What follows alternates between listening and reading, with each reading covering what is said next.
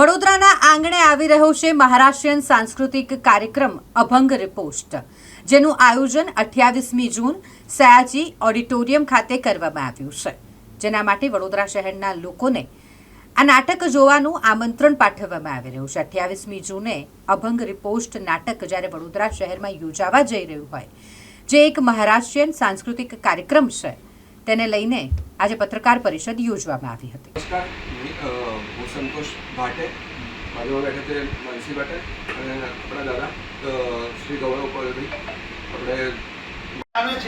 આપણે રિવિઝનમાં છોકરાઓ જે રીતે ભજનમાં જોડાય અને કીર્તનો નવી રીતથી સાંભળે છે તો એ છોકરાઓ એના જોડે એટેચ થશે એ રીતે। તો એ વારી દરમિયાન ત્યાં જે અલગ અલગ ટાઈમ રાતના ઘણા બધા અભંગના અને ભજનના પ્રોગ્રામ થતા હોય છે, તો એ જ વન કાઇન્ડ ઓફ આપણે અહીંયા છે। એટલે આપણા ગ્રુપ પીરિયડમાં એટલે એમનું નક્કી થયું છે કે 28 જૂન, અને લકીલી એવું છે કે લગભગ 19-20 જૂનથી પંઢરપુરની યાત્રા છે અને બેંગ્લોર સાઈડે પણ ચાલે છે। અને ઇવન નવાઈની વાત એ છે કે નોર્થ ઇસ્ટમાં પણ એમને એક પ્રોગ્રામ કરેલો છે, જ્યાં હિન્દી પણ બહુ ઓછી ચાલે, ઘણી મરાઠી પબ્લિક છે, તો એ લોકોને પણ એવી ઈચ્છા હતી કે અમે પણ કોઈ દિવસ મરાઠી પબ્લિક અહીંની જે છે એમને અમે એન્ટરટેન કરીએ। બટ હવે લકીલી એવું થયું, ફર્સ્ટ ટાઈમ અમે અભંગ રિપોસ્ટ એક ગ્રુપ છે જે મુંબઈનું વેરી પોપ્યુલર છે, લગભગ 400-500ની ઉપર એમના થાય છે અને મહારાષ્ટ્રમાં એમના કોન્સેપ્ટ વિદેશમાં ગયા છે અને પહેલી વાર એ લોકો પોતે ગુજરાતમાં આવી રહ્યા છે કે જે ભજનો આપણે કહીએ છીએ અને કીર્તનો અને યુવાનોને ભજનોની બાજુ દોરવાનો પ્રયત્ન કરી રહ્યા છે, તેનું પૂર્ણ આયોજન આ લોકોએ કર્યું છે।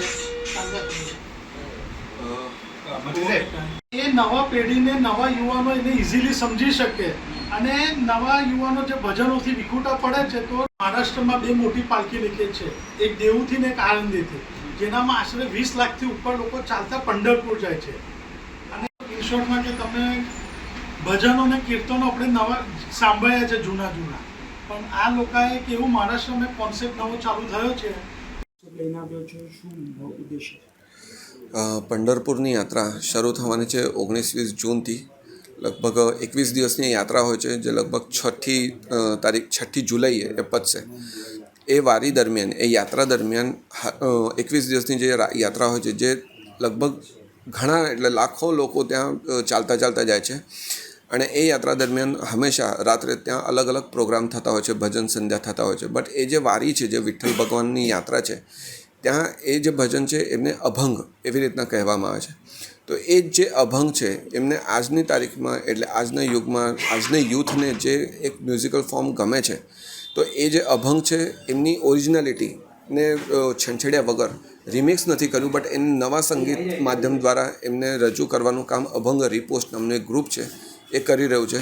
અને ગુજરાતમાં એ લોકો ફર્સ્ટ ટાઈમ આવી રહ્યા છે, અને અમે આશા રાખીએ છીએ કે એમાં ખાલી ને ખાલી મરાઠી લોકો નહીં, તો એમના ઘણા બધા ઇન્સ્ટા પર ફોલોઅર્સ છે, એમના યુટ્યુબ પર ફોલોઅર્સ છે, જે નોન મહારાષ્ટ્રીયન્સ છે, જેમના ઘણા બધા અમને ફોન આવી ગયા, તો અમને ખબર પડી, તો અમે તમારા માધ્યમથી અમે આશા કરીએ છીએ અને વિનંતી કરીએ છીએ કે ખાલી મરાઠી લોકો નહીં, તો નોન મહારાષ્ટ્રીયન લોકો પણ આવે, એન્જોય કરે, કંઈક અલગ તમને એન્જોય કરવા મળશે, એની અમે શ્યોરિટી આપીએ છીએ।